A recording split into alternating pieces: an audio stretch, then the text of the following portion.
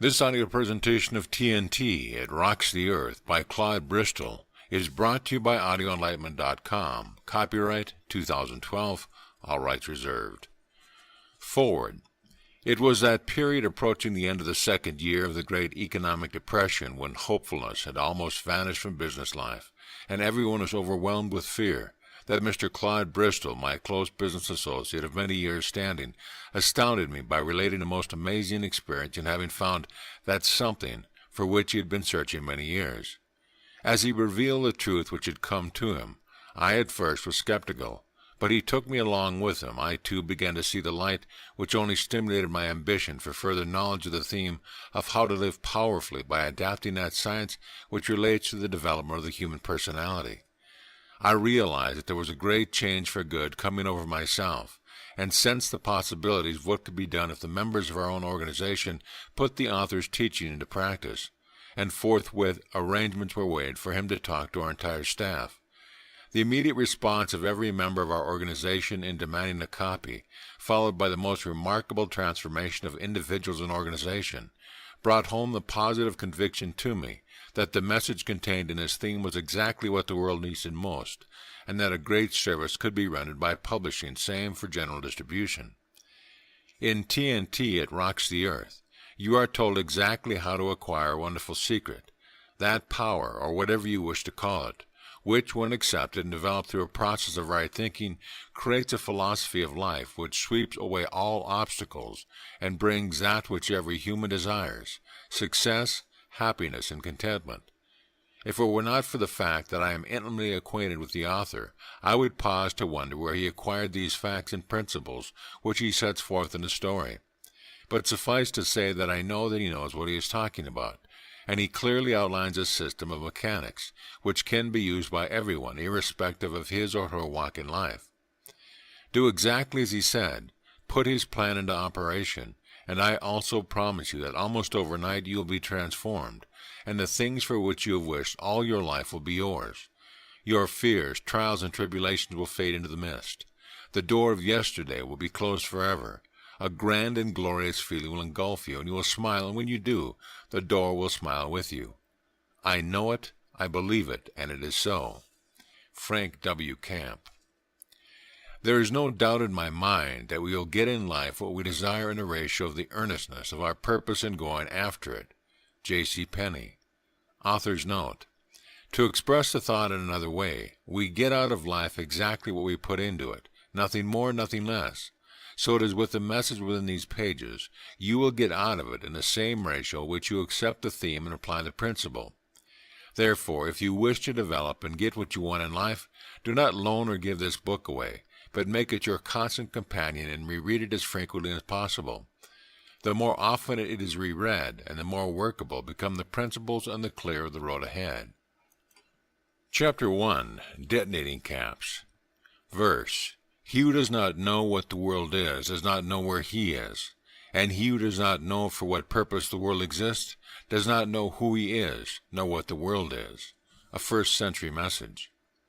For those of you who seek to learn and make progress, I gently lay this in your laps. I do so without the slightest fear, but that it will turn your world entirely upside down, bringing you health, wealth, success, and happiness, providing you understand and accept. Don't misuse it. Remember, TNT is a dangerously high explosive, so when you gather it closely, handle it gently. Down through the centuries, its power has destroyed those who thought to misuse it. Therefore, exercise great care that it is used only for good. It can be proved by the teaching of the Bible, certain well-established laws of physics, and last but not least, just plain common sense. Read and determine for yourself whether or not the proof I offer stand by themselves. Some of you may see only the spiritual side. Others recognize the scientific truth, and still others may accept it as just a practical operating device to put you on the road to success. No matter, many know the truth, and for you will open your minds, the light will pour in with dazzling white brilliancy. Feel in your pocket. I'm indebted to an old friend of mine, an expert on X-ray, and electrical high-frequency apparatus, who when I was a boy experimenting with electricity put the first bit of powerful TNT in my pocket. Then I didn't know what it was and didn't understand, but fortunately it has remained there through all the years. As I look back, I realize why he didn't make me understand what it was. He believed in me and knew that when I was ready to accept it, I would. It's taken nearly 30 years, during which time I sought up and down the highways, looking, seeking, and searching for the secret, TNT. All the time there was some in my pocket, mine for the mere reaching. However, I got a firm grip on it now, and I will divide it graciously, knowing if used wisely it will blow away all obstacles and straighten out a road on which you have been wanting to travel all your life. For many years I was a newspaper man, and frequently I was behind the scenes. I met great men and women, interviewed famous people. Naturally, I studied them and tried to understand what peculiar qualities they possessed that placed them above the others, but their secret evaded me. Then came the war, and I wondered why others made progress, while I seemed to be blocking my own ambitions. The war did teach me, however, that I could sleep in the mud, eat moldy bread, and live to laugh about it. This is the part of my TNT, so remember what I learned. It helped me to give old man fear a solar plexus blow, and I believe it will help you. Hoping to find a royal road to fortune, I read hundreds of so-called success books, and they took me nowhere. I did the same with books on philosophy, psychology, and still the great secret keeps me a jump ahead. I joined secret fraternal organizations, hoping that I might find that which I sought. However, just like a little bit of TNT in my pocket, the secret was in every book, in the great orders, everywhere, and in fact, right under my very nose, but something kept me from it. You will have to determine for yourself what keeps you from it if you don't get it from TNT. It's there. If you don't find it in the printed words, look between the lines, as I have done my best to present it to you. Are you afraid?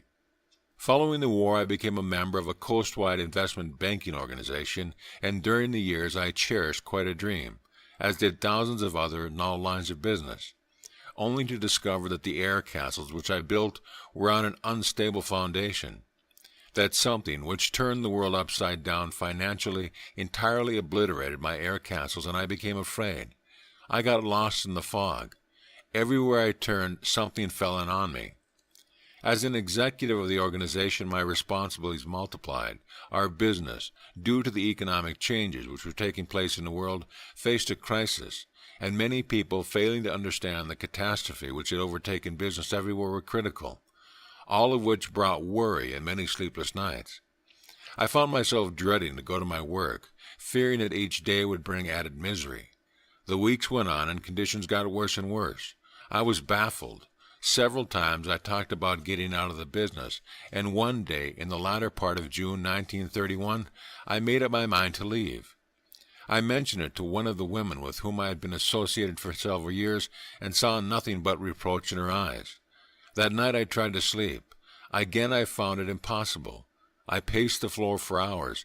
Then at about 3:30 in the morning I suddenly stopped and sat down.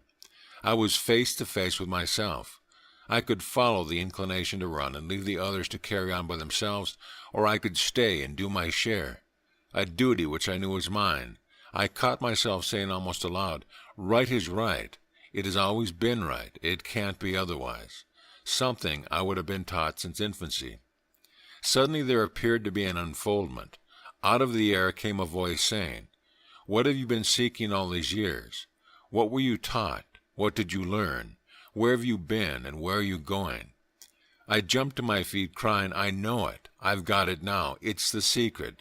That's what they tried to teach you. It is the royal secret, too." Something told me that I would find these identical words in a book which had many years before been given to me, and which I had tried to read, failed to understand, and put aside. It was written by a great man, Albert Pike, a mystic, a poet, and a scholar. Grabbing it from the shelf feverishly, I ran through the pages. These words were there, and I understood immediately. Open your mind. I now had the key. I could see a broad, smooth highway, and the end of the highway a perfect flood of gorgeously beautiful radiance. There is the road you are on now. What a simpleton you have been. They tried to teach you, they tried to help you, and you kept your mind closed, thinking that you alone could find the road and stay on it. I was nearly overcome with the sheer joy of it all. My fears, my worries had disappeared. I smiled. I knew that I was right, and everything would be right with me from then on. I slept like a baby. There was a different atmosphere in the office that day. The oppressive black clouds which hung over us began to fade away. I told the woman, she with the reproachful eyes, what had happened, and she smiled a knowing smile. She helped me get back on track, and I could never repay her. As one learned man said, all of us are born with the ability to differentiate between right and wrong, and with the ability to achieve. But some must first run ahead in a stone wall, smash ourselves to bits before we really know what it's all about. I hit the wall with a terrific crash, and it was the greatest and finest thing that ever happened to me. Many, noting the transformation, asked for an explanation. I told some of my closest friends, and now it's all for you because I know I can do good. I keep the door of my private office open as I find I can do much more for those who wish to talk to me. The moral of our whole organization was at its lowest ebb. Everyone was discouraged, afraid, by the very necessity of things we had to do in about face. Right is right. My job was doing everything I could to help the other fellow because I knew it was right. At first I was perplexed as to the methods I should enjoy and employ to help them. But I used my own system in calling upon the subconscious, and the inner voice said that I should talk to them. Some were skeptical, but I said to myself, I can prove that I am right. And during the weeks that followed, I spent every waking hour reviewing the books that I had studied through the years. Naturally, the Bible came first. Then followed studies in Yoginism, the philosophies of the old Greek and Roman masters and of later-day teachers and students. I again deliberated over the meditations of Marcus Aurelius, reread Hudson's Law of Psychic Phenomena, another book, the gist of it, written by a brilliant physician, Hayden Rochester. Again I studied my books on physics, electricity, and those on the vibrations of light, and discovered that not only was I right, as I knew I would be, but that peculiarly the same general basic principles ran through all of them. I reread numerous books on psychology and found the same story everywhere. Subsequently, I quoted excerpts, and lo and behold, things began to move. It has occurred to me again and again that all men and women who use this power are showmen, or use the words of my newspaper days, headliners, those who hit the front page. Something causes them to toss away the bushel basket under which they hide their heads, and they arise above the commonplace.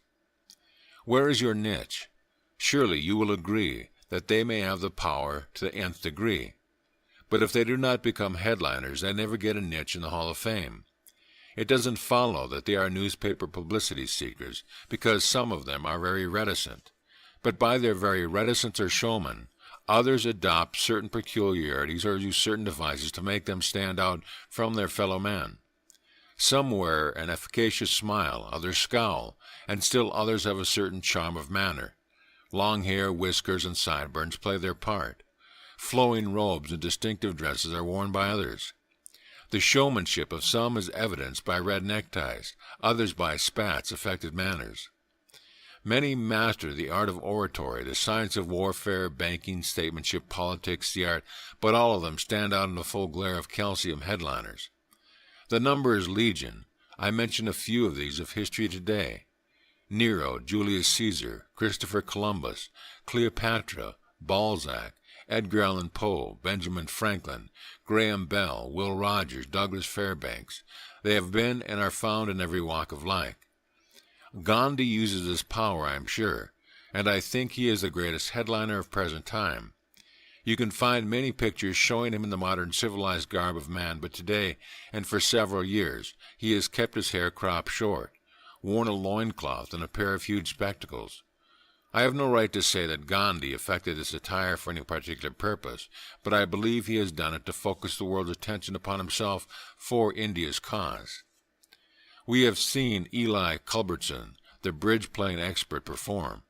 There have been few psychological devices that he hasn't used. He has something, and certainly no one can say he is not a headliner. I make no attempt to explain why those who have their power are headliners. You will have to determine that for yourself. Detonating caps are now set. Caution signals are out. Be careful. End of chapter. Chapter 2, TNT, It Rocks the Earth. A man's true greatness lies in the consciousness of an honest purpose in life, founded on a just estimate of himself and everything else, on frequent self-examinations and a steady obedience to the rule which he knows to be right. without troubling himself about what others may think or say, or whether they do or do not do that which he thinks and says and does. Marcus Aurelius Antonius. There are thousands, yes, millions of people seeking the secret, the key to health, riches, happiness, contentment, and a solution to their problem.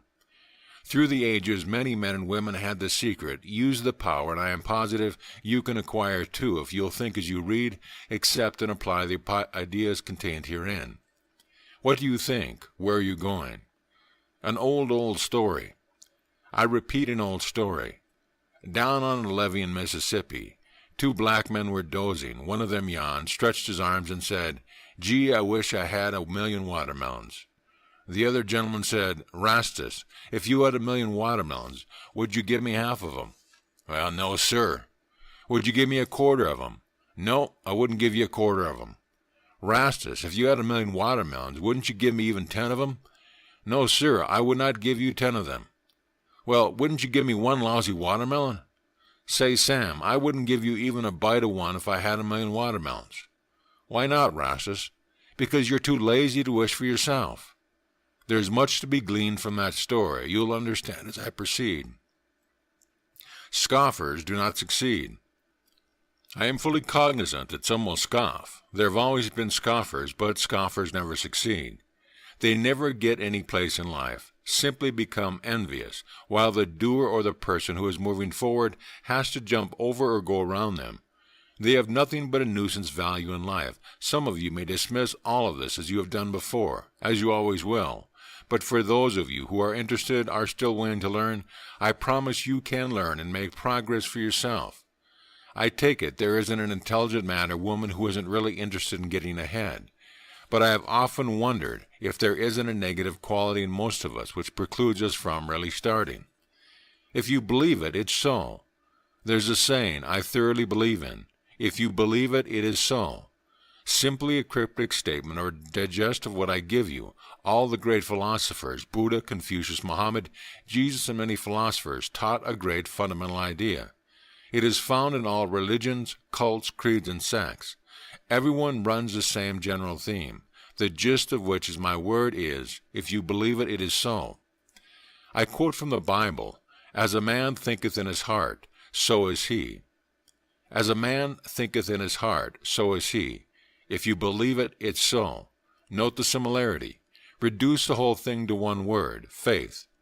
I have heard many people say that the day of miracles is past, but never in my life have I heard a thinker, a student, or a believer make such a declaration.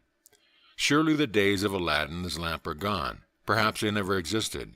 So with the magic wand, the magic carpet, and all those things of fairy tale and legend. Believe in yourself. When I refer to miracles, I mean these things which can be accomplished through faith. Faith in your belief, faith in yourself, faith in the persons with whom you are associated, faith in a power, faith in that something which controls the destinies of everyone. And if you can get that faith and dissipate the negative side, nothing in this world can stop you from acquiring what you desire. While this may sound facetious, there is nothing you cannot have if you want it. Why the alibi? All of us are prone to calculate and weigh things, permitting the negative side to creep to the fore, and our thoughts evidence themselves in such remarks as, "It can't be done," "I'm afraid," "What will happen if I do it?" "People won't understand," "It isn't worth the effort," "I haven't the time," and similar verbal alibis. If you haven't expressed the thought to yourself, then others have to you, and through the power of suggestion you have accepted them as your own conclusion. This same message has been written and delivered thousands of times. It runs through the Bible. You find it in the great fraternal orders. It led the 3 wise men. The Crusaders carried it. Every outstanding character of history has used it. Moses, Alexander the Great, Napoleon, Shakespeare, Washington, Lincoln, and thousands of others had a grasp of that something. The wise men knew. The wise men of all ages, the medicine men, religious leaders, great teachers, the yogis, the healers, the miracle men, all of them knew this secret. Some worked it one way, some another. They were just human beings. If they knew and could achieve, so can you. Halt, think, ponder. What made Mussolini? What is it that Amy has, Gypsy Smith, Billy Sunday, Belief, faith, only that, and the ability of a staunch believer to pass it on to other fellows. It is the very keynote of all great religions. All big things are started by one person, one believer. It makes no difference who and where they got the idea originally. All great inventions are the outgrowth of the whole scheme. Faith, believe in yourself, your ideas. All super salesmen know this. They use the power. That's why they are super salesmen. Every community drive, every forward movement, everything worthwhile succeeds because some one person has faith and is able to pass it on and on. Think about it. Then think about it some more and think about it again. Meditate over it and you will realize that every word is true. Don't envy, do. Many envy the man or woman getting ahead who appears to be a financial success, a power and influence. Did you ever seek the explanation? Everything that anyone has ever done constructively has been done from within himself. Every one of us, if put on the right track, can accomplish what he or she is after by keeping him before him or her own expression, if you believe it is so, and adapting the old adage, where there's a will, there's a way. In other words, get that willpower, that faith, that belief working every minute of the day, 24 hours a day, 7 days a week, 365 days a year.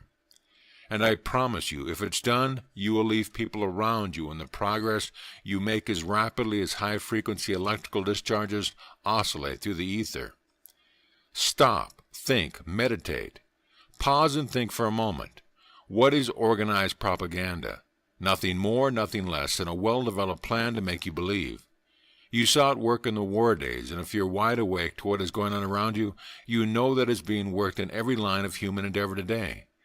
Just as it was worked thousands of years ago, and is as it always works. If you're reading a newspaper, listening to the radio, and will keep in mind my theme, you will realize that all these speeches of our leaders, our great men coming to us with clock-like regularity, are being given with a purpose, to make us believe these men know it works. The voice speaks. Mahatma Gandhi, arriving in England to seek a solution of India's problem, said, "I am doing this because a voice within me speaks." Gandhi referred to something from within. Call it a power, call it something supernatural, call it anything you wish. Some refer to it as a subjective mind, others call it the subconscious mind. Some instinct, still others to the impulse, coming from within as hunches. Divine messages, spiritualists refer to it as a voice from beyond. No matter what it is, it gets results, and now I will show you how to acquire it. Tap number 1. First, however, permit me to set the stage by calling attention to the effect of repetition or reiteration. For example, take a pneumatic chisel. You have seen one used in breaking up solid concrete or piercing holes through steel. It's the tap, tap, tap of that chisel with a terrific force behind which causes disintegration of the particles and makes a dent or hole in the object on which it is used. All of us have heard of the old torture system of dripping water on the forehead. Perhaps you are familiar with Kipling's boots. It's a tramp, tramp of boots, boots that makes men mad. It's the constant, never-ending repetition that penetrates. You are familiar with the first part of the picture and how repetition works on material things, but some of you may not thoroughly understand the second part. But here, too, it's the repetition that ultimately makes its impression upon the human mind. The fundamental of advertising is its repetition, its appeal by reiteration. It floats. There's a reason. I'd walk a mile. They're kind to your throat. 100 others all impressed on your mind by constant repetition, tap, tap, tap. Today our leaders are saying the same thing to us, through perhaps in a different way. Have faith, have courage, move forward, business is coming back, etc. Repetition, reiteration, again and again, tap, tap, tap. The connection between the conscious and the subconscious or subjective mind is close. Every student of the subject knows what may be accomplished by definitely contacting the subconscious. If you can get a definite, detailed picture in your conscious mind by using this process of reiteration or repetition and make the subconscious mind click, you have at your command a power that astounds. The science of suggestion. We hear much about the power of suggestion. We know how easy it is to make a person ill by constantly suggesting to him that he doesn't look well, etc. It's the constant mental review of his crime that suggestion makes a lawbreaker confess. As a newspaper man, I have been in on many third-degree sessions. I have seen detectives and prosecutors corner a single individual and shoot questions at that individual until his face was bathed in perspiration. It is the deadly repetition, the reiteration, the tap, tap, tap, through the power of suggestion which brings confession. Skilled prosecutors, clever defenders appeal to the emotions of jurors, never to the conscious reason. And how do they do it? Simply by a process of repeating and emphasizing time after time the points they wish to stress. They do it with usage of words and variations of argument. Behind all there, that is the tap, tap, tap, tapping, the subconscious, making the jurors believe. If you will keep this idea of repetition in mind, you will understand why the Jewish people are so successful in business. When families are gathered together, the subject of conversation is business and business. They talk their problems over. They keep before them constantly the idea of making money and making progress, and never for a moment are they permitted to forget. And they stick together. The idea there was born of necessity, just like a machine or an article is born of necessity. We are all familiar with the old adage, necessity is the mother of invention. And it is true of all human impulses and endeavors. A drowning man grabs at a straw, a starving man at a crust of bread. The impulses come when you get up against it. You who have been there know what you had to rely on in times of acute pressure, and whether or not you heard a little voice from within. Where are you going? There can be no gainsaying that once you have made up your mind to do a thing, it will be done. But the trouble with most of us is that we sidestep, vacillate, and seldom make up our minds to do what we want or determine clearly the road on which we wish to travel. All daydreams and wishes would become realities if we kept them constantly before us, put fear behind us, shoved away all reservations, ifs, ands, and buts. Again, and a lot of us think we know what we want when, as a matter of fact, we don't. This sounds paradoxical, but if each of us knew what we wanted, he would get it, provided he had the willpower, the stamina, the dynamic force, the fight to go after it. Therefore, the first thing to do is to get the spirit of determination that may be obtained by constantly saying to yourself, I will, I will, I will, and I will, and believe it. Then before you know it, you will have developed a willpower which, coupled with these other things I am about to explain, will change your whole scheme of things and get you on the road to success. If you haven't the desire to improve your own individual position in life, then you had better stop reading right now and burn this. However, if you have the desire, you are on your way to make progress. What do you want? No matter whether you are a salesman, an executive, a mechanic, a writer, or what, or whether you are after money, love, improvement in social position, in the legal profession or medical profession, it makes absolutely no difference. You can utilize this power and acquire every single thing you want, whether it be a pair of shoes or a mansion. Tap number 2. Now if you have the desire, the foundation is laid. Get a perfect detailed picture of the exact thing or things you wish. If it is increased sales, fix the exact amount. If it is something you want the other fellow to do for you, the love of a woman or the love of a man, a new sort of clothes or a new automobile, anything and everything. No matter what you are after under this system, you can have it provided the desire is definite and positive. He who knows how to plant shall not have his plant uprooted. He who knows how to hold a thing shall not have it taken away. Lao Tzu. Adopt this tap system. When you have the picture firmly in mind, begin using the tap-tap as I have outlined.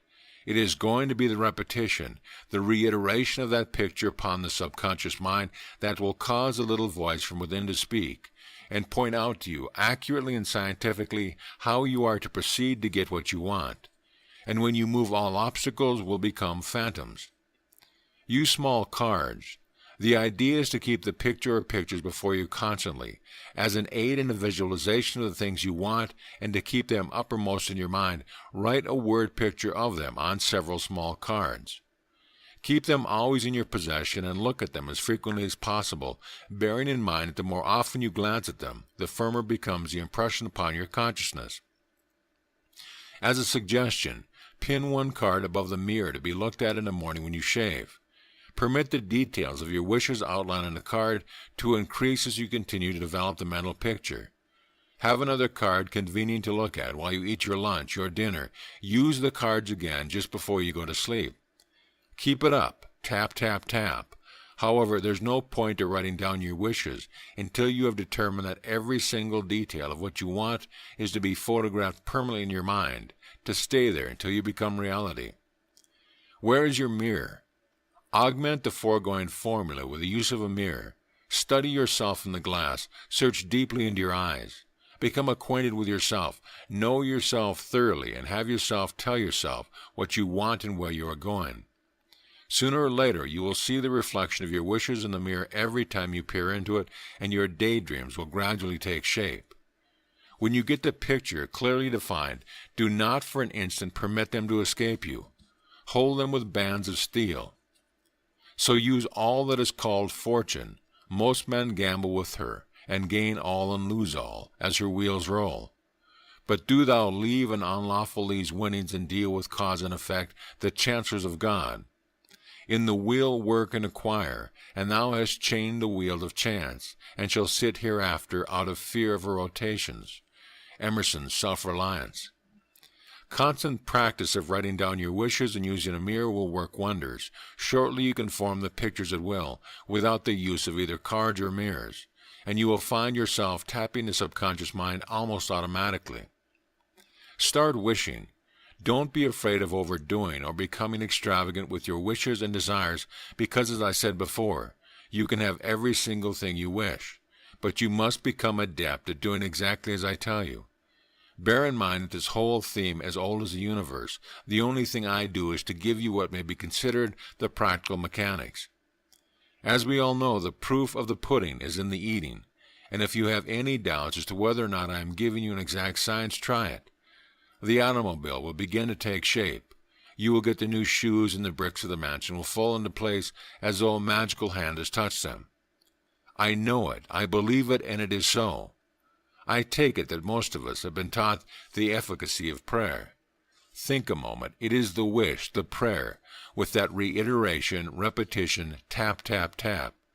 Keep in mind that, as I said before, you are appealing to the subconscious, to that all-powerful force behind, that omnipotent power, supreme intelligence, or whatever you wish to call it. The ancients tapped. It is easier to go with the current than fight against it, but you must harmonize with others, with everything around you.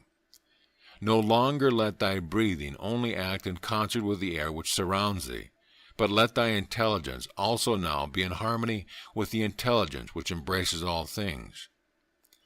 It shouldn't be necessary for me to explain that I am suggesting that you put yourself in tune with the very stream of life itself. You who understand will appreciate that nature provides ways and means for all things to grow rightly. Meditate for a moment and you will realize I am giving truth which may or may have been forgotten. There's the great fundamental law of compensation which makes all things right. There's no set rules for doing anything because some of us perform one way and some another, just as two people go across the river. One goes by one bridge and one another, but they both ultimately get to their destination. In other words, after all is said and done, it's results that count.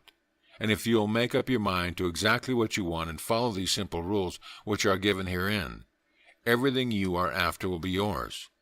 I know it, I believe it, and it is so. After you get a grip on the power, do not let the results of its usage surprise you. Miracles will be performed. You will do what previously you thought impossible. Tell no one.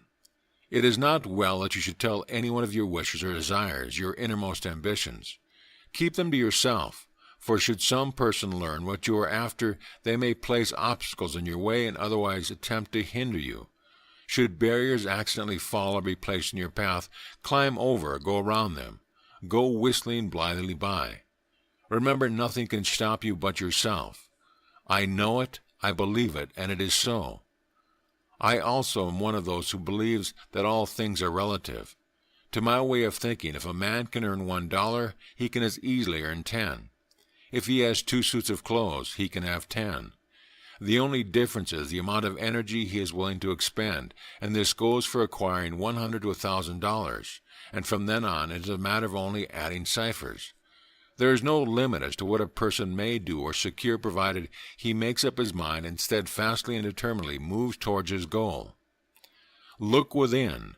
Within is the fountain of good, and it will ever bubble up if thou will ever dig. Use it only for good. As I said under Detonating Caps, be careful how you use the power which is yours. It will act as a boomerang and destroy you, and everything you hold dear if you use it for evil. Therefore, only use it for doing you and others the most good and bringing happiness for yourself and those around you. Do not talk or boast about what you may have done for others or of your good deeds. They will speak for themselves. Just continue to give thanks for the fact that you are on your way. That's enough. Have you got it? What is personality? What is it that when you get into the presence of other persons who has personality that grips you? What is it that causes you to feel this very present that overshadows you? It is nothing more than a dynamic force coupled with willpower, which is drawing from the huge reservoir of the subconscious. There are millions of people who have this personality. Some say it's natural with them, perhaps it is, but they are unconsciously using this power. In other words, it's sort of being thrust upon them, and when that thing called personality is backed up with willpower, things come. To my way of thinking, selling bonds, books, clothes, insurance, electrical service, washing machines is no different than selling any other commodity. Selling yourself or selling ideas, I have found that trying to put over an idea, firstly, I have had to believe in that idea, dream it, eat with it, sleep with it. I had to have it with me every minute of the day until it became part of me, the old idea of repetition again. And I know it works in selling commodities. You have got to know what you are talking about, and only hard, personal, persistent, intelligent study will enable you to do this. One more thing, and that is keep informed as to what is going on in the world about you. You never know what a prospect may be interested in, and it's sometimes necessary to get his attention for your break entirely through irrelevant subjects. That's why I repeat, read the newspapers, current periodicals, and read them thoroughly. I don't mean read every detail of some murder or suicide, but get a digest of the day's news. Awaken, know what is going on about you. Tap number 3. Keep step with the world affairs. The better informed a person, the better he is equipped to get what he wants. Don't forget that knowledge is power. All of you should know that by this time. He who knows others is clever, but he who knows himself is enlightened. Increase your knowledge and the scope of your activities will be enlarged, and the desire for greater things, larger things, will come automatically. And as they do, the things which you previously thought you wanted will become to your mind trivial and will be disregarded, which is another way of saying that you ultimately will hit your way into a star, and when you do, you'll move with lightning-like speed.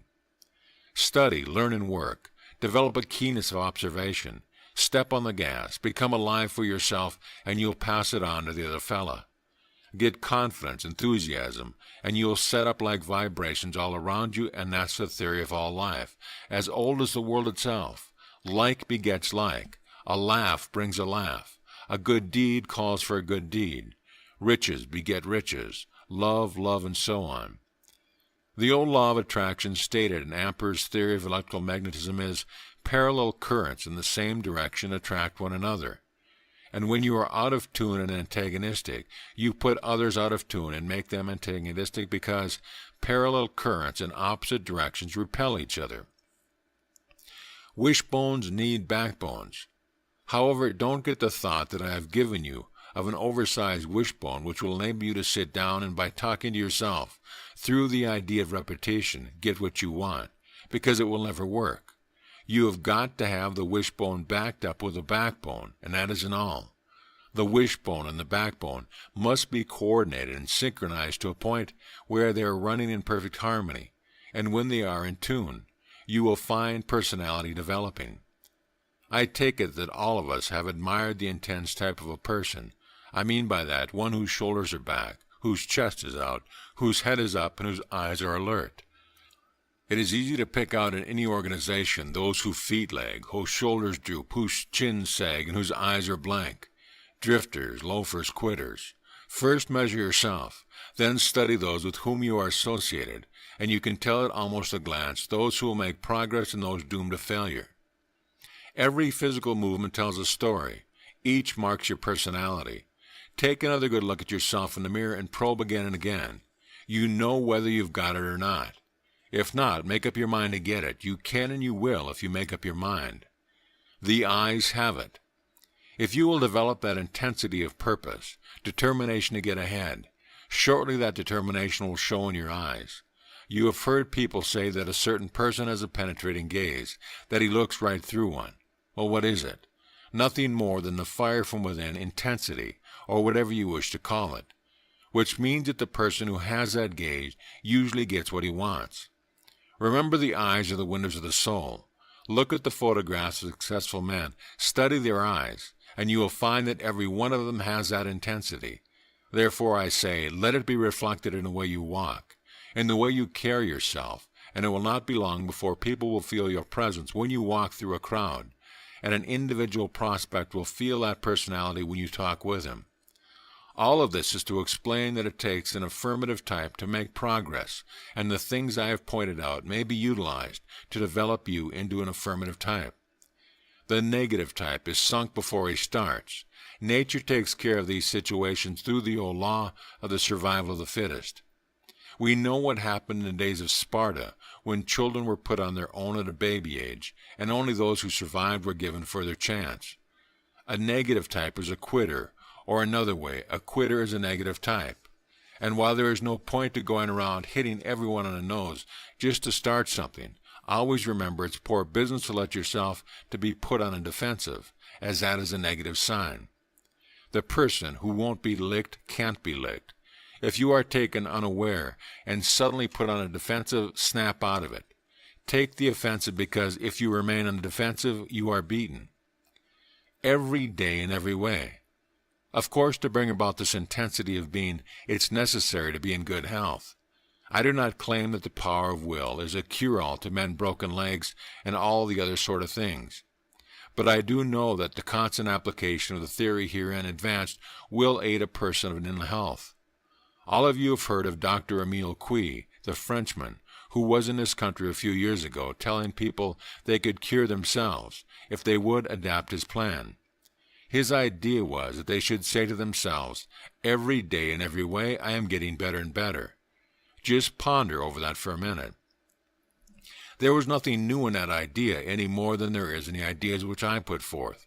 Simply another way of expressing the whole scheme, reiteration, repetition, keeping uppermost in your mind all the time what you want, and which positive thoughts in turn are passed on to the subconscious mind, the wonder thing.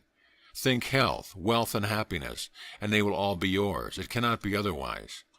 We all know of people who are continually talking about backaches, headaches, or some other kind of aches. They harp on them, and the first thing they know, with that reiteration, the aches become realities. If you have such an ache or pain, there is no point to talking about it, neither is there any point to talking about your worries or your trouble. Do not talk about them, do not think about them. Then they will not be in your mind. It is the repetition that keeps them there. Shift your gears, reverse the process, get away from the negative side, and become an affirmative type. Think affirmatively, and the first thing you know, your aches, worries, and trouble will disappear. If thou art pained by any external thing, it is not this thing which disturbs thee, but thy own judgment about it, and it is in thy power to wipe out this judgment now. But if anything in thy own disposition gives thee pain, who hinders thee from correcting thy opinion? Are you in reverse? When a train roars through the track in front of you, you put on the brake of your automobile, throwing the gear into neutral and idle your engine.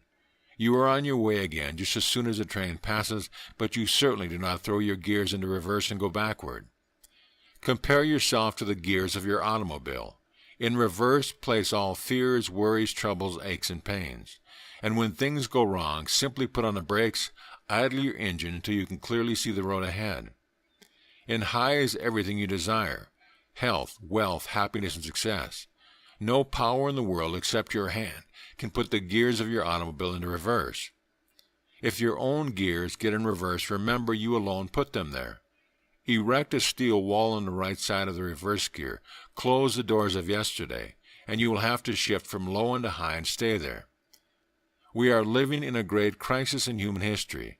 There is unlimited need for boldness and courage, but there is no occasion for dismay. On the one hand, there is a way to such achievement, to such wealth, happiness as mankind has never before known. Life, even as we know it now, tastes very good at times. We spoil it a lot for ourselves and each other by fear, follies, hate, bickering, suspicion, and anger. There is no need for us to go on spoiling it. We have not the health we might have. We have not a tithe of the happiness we might have. But it is within the power of the human will to change all of that. H.G. Wells. Change gears now. This power, this vital energy, or whatever it is inexhaustible, and it is so easy to use if you only have the key. I am fully appreciative of the fact that psychologists maintain that few persons really think. It is my hope that this message will cause you to think. If you dismiss it as so much balderdash, then I shall know that you have never understood or appreciated how the great characters of history, whom I have previously mentioned, and many others with whom you yourself should be familiar, made names for themselves or gained niches in the Hall of Fame. Real people, successful people, are those who made themselves, and not what others made them. After all, there are only two ways to move, forward and backward. Why not move forward? Watch the down and outer on the street. His whole trouble is lack of positive idea. If he thinks he is down and out, he is. If he will change his ideas, he will be up and coming. All of us know that. You can shift your gears if only you realize it. You have been told how to keep out of reverse, and it is simply a mechanical process for yourself. Understand, and you will always keep your gears in high and move forward. Believe in your goods. A sale is affected by getting a prospect to think as you do, and unless you believe that the thing you are selling is good, then obviously you can't make the other fellow believe it. That is just plain common sense. For those of you who may be selling, keep in mind what I have previously said about knowing your article and selling yourself, that it is 99% of the success of selling. The other 1% is legwork, contacting the prospect. You should realize that the bending other people to your will or getting them to do as you wish is simply having them think as you think, and that is very easy. Sell yourself.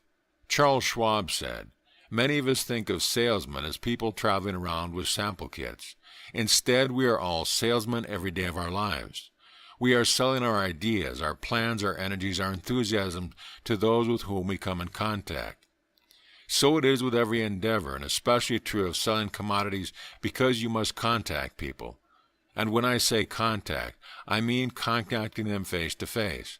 The day of order taking is gone, and it is only the person who have got it in them who are to succeed now. All the others will sink. You cannot beat a fundamental law, the survival of the fittest. Therefore, forget about order taking, and keep in mind the only way you can close a sale is to make the prospect think as you think. The best way is face-to-face contact. You have to get and be in their presence. You have got to see his reaction. The old law of cause and effect. And you have got to adapt yourself to the conditions as they confront you with that individual prospect. Follow your hunches. If you are intent on making a sale, and you must be if you are going to succeed, keep in mind my theme. The subconscious mind will be giving you ideas, hunches, inspiration, a perfect flood of them, which will guide you correctly. They will point out the way to get into a busy man's presence, into the privacy of his very self, and when you get there, stand on both feet. Be alert, make him feel your personality.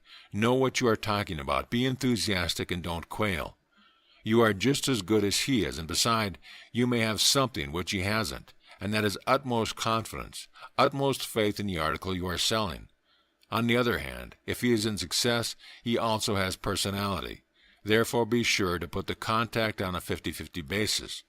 Do not belittle him. Do not let him belittle you.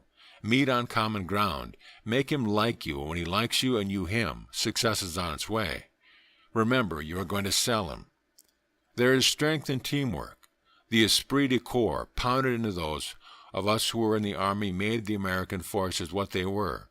And it is the esprit de corps, teamwork, determination to move forward, which will shove us all along. If this is accepted in the spirit in which it is given, put into execution, you will be unbeatable. And by getting in tune and getting others on track, the world is yours. When fear rules the will, nothing can be done. But when a man casts fear out of his mind, the world becomes his oyster. To lose a bit of money is nothing but to lose hope, to lose nerve and ambition. That is what makes men cripple.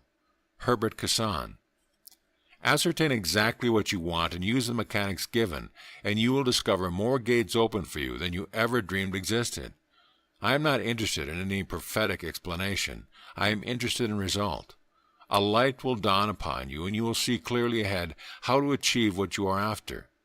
The same principle, the same methods, can be successfully applied to any line. The ability to accomplish anything in a convincing fashion depends entirely upon the degree of expert knowledge which you possess, coupled with that intensity of purpose. Read, study, practice, tap, tap, tap. Open the door. Before closing, I shall tell you that the conscious mind must be placed in a receptive condition to get the ideas from the subjective or subconscious. Of course, we all know it is the conscious mind which reasons, which weighs, which calculates. The subconscious mind does not do any of these things. It simply passes on ideas to the conscious mind. Relax and tap. You have heard a lot of people say, play your hunches. What are these hunches? Where do they come from? They come from the working of the subconscious mind. Psychologists tell us, you will soon understand the reason, that to put the human mind in a receptive condition you must relax. If you have ever laid on a massage table and been told by the masseur to relax, then you know what I mean. Let the body go limp. If you have trouble at first, try it with your arm, both arms, both legs, until the whole body is relaxed and the mind automatically will listen. When it then is accomplished, concentrate on what you want. Then hunches come. Grab them, execute them as a little voice tells you. Do not reason or argue, but do as you are told and do it immediately. You will understand what psychologists, mystics, and students mean when they tell you to stop, relax, think of nothing, when you wish to draw on the subconscious and have the little inner voice speak.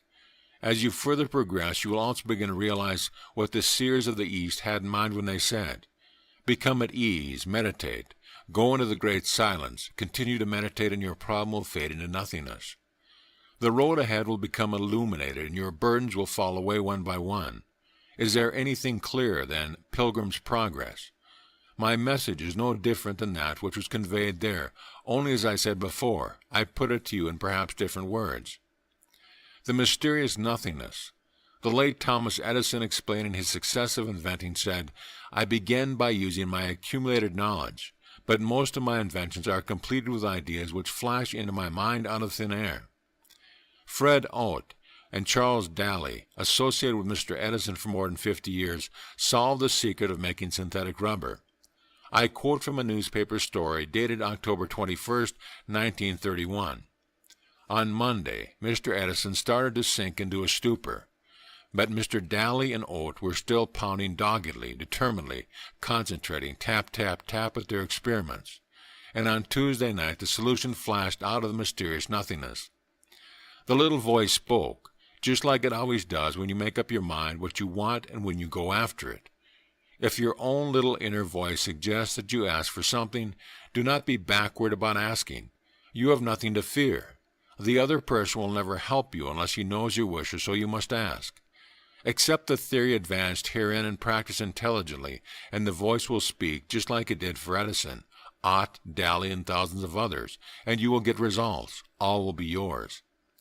In Julius Caesar, Cassius, he in the lean and hungry look, talking to Brutus of the Roman emperor's power, said, The fault, dear Brutus, is not in our stars, but in ourselves, that we are underlings. As you know, William Shakespeare wrote that, and he himself arose from the commonplace by using this power. Who is to blame? If you are timid, backward in a rut, and an underling, it is because of yourself. Blame not the stars, blame not society, blame not the world, blame yourself. Again I say, change gears, put them in high and begin to move. Grip tightly. Some people not thoroughly understanding may say that you are conceited, self-centered, or selfish, but care not what they say. Those are the scoffers, those who would put rocks in your roads and otherwise impede your progress. Those who understand will be helpful. They will be eager to serve you. The intelligent ones will begin to study you to determine what you have that they haven't and try to learn your secret. I have given you a grip on it. Hold to it tightly and start moving forward.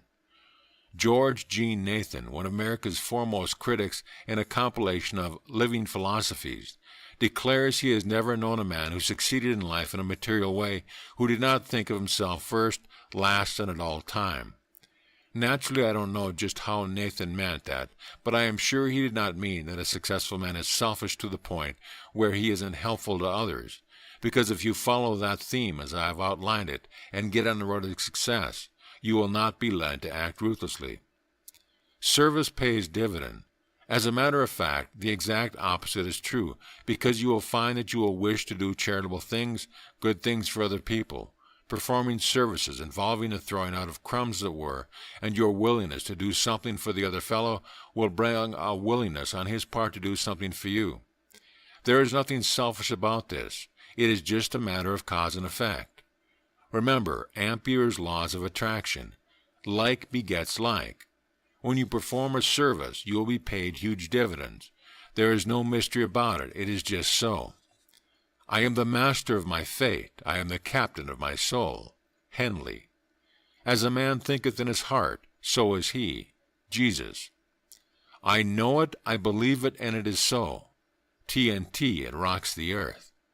Practice tap-tap. If this is registered with you in any particular way, then I have accomplished something. Read it again carefully and read it again a week from now, and keep it to read again. If you'll put into practice the ideas offered, you'll soon learn I have given you truth as old as man himself. They have always worked, and they always will. Use the mechanics of my system. Make them a part of your daily life, and you will succeed. If you are earnest with yourself, you'll find the whole scheme very simple. Practice, practice, tap, tap, believe. Have faith, and you'll get the golden key to all yourself. TNT, it rocks the earth. If you have read this book understandingly, you will appreciate the tremendous power which lies in the science of thought, repetition, and positive action. You can, by the repetition of the same thought, tap yourself upward or downward, dependent on whether you have depressed or constructive thoughts. By voicing your thoughts intelligently and convincingly you can, by suggestion, tap others up or down. So it belongs and it behooves to you to exercise great care that you do not misuse your power. Fill your mind with creative thoughts and then act as the idea comes to you. Remember, every thought, kept ever constant, leads to action. So keep this book and reread it as frequently as possible. Tap, tap, tap, it rocks the earth. The more you spread it, your message, the greater will become the service you are rendering to your fellow man. Paul Ketley. Many others, believing that great good must follow, urge me to get my message circulated, and this little book is a result. I know what it has done. I know what it will do when it is passed on to others. You have friends and acquaintances who are depressed, despondent, ill health, worried over financial affairs, whose worlds are topsy-turvy, dissatisfied with their lot in life, lost in the wilderness. You may perform a great service by having them read TNT, and they need never know that you were responsible for their receiving it. End of chapter. End of book. This audio presentation of TNT, It Rocks the Earth by Claude and Bristol is brought to you by Audioenlightenment.com, copyright 2012, and has been recorded for the exclusive use of Audio Enlightenment members only.